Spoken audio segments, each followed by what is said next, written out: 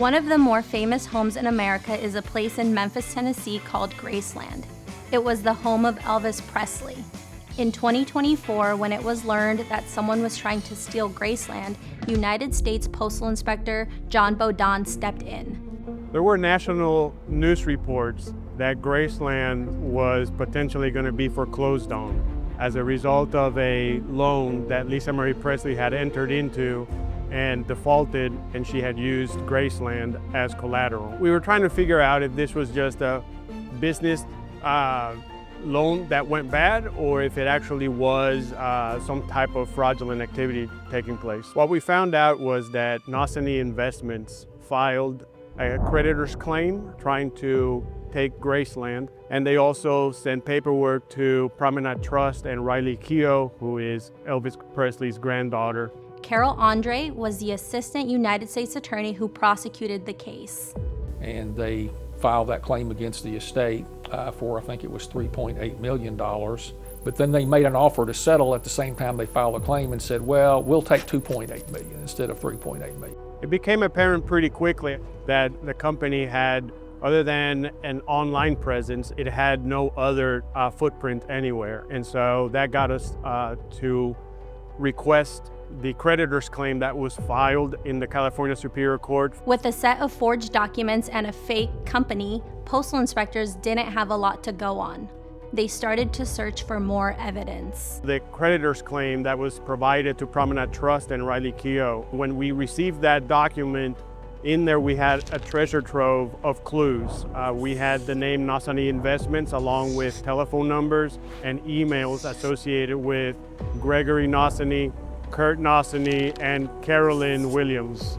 Postal inspectors knew the post office box application was the key.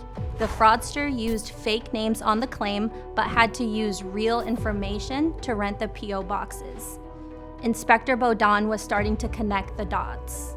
As we were getting subpoena productions back, we were able to look at the signature cards, we were able to look at the recovery emails and telephone numbers and the name that was provided for these emails and telephone numbers, and they all pointed towards Lisa Finley in Kimberling City, Missouri. And there was an alleged promissory note and a deed of trust that supposedly was signed by Lisa Marie Presley, and they determined that those were forgeries.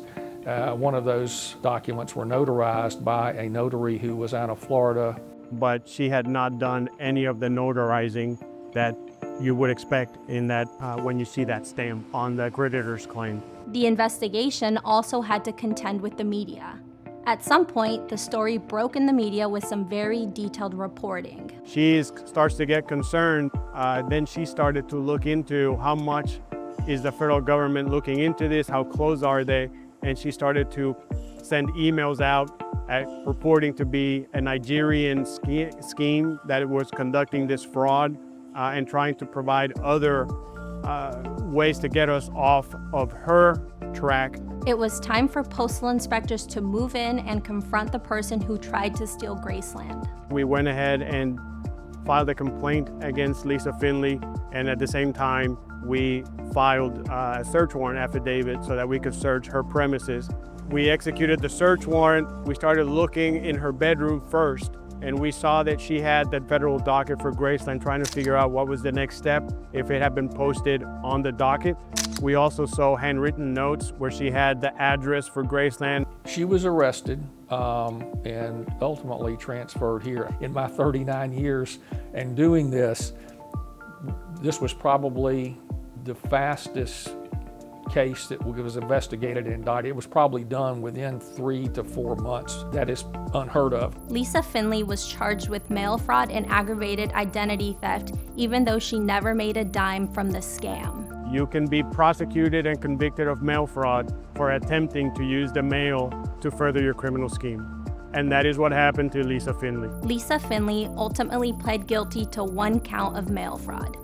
She received nearly a 5-year prison sentence for a crime she attempted. This was a very high-profile case. Somebody was trying to steal the deed to Elvis Presley's home, but this can happen to average American homeowners.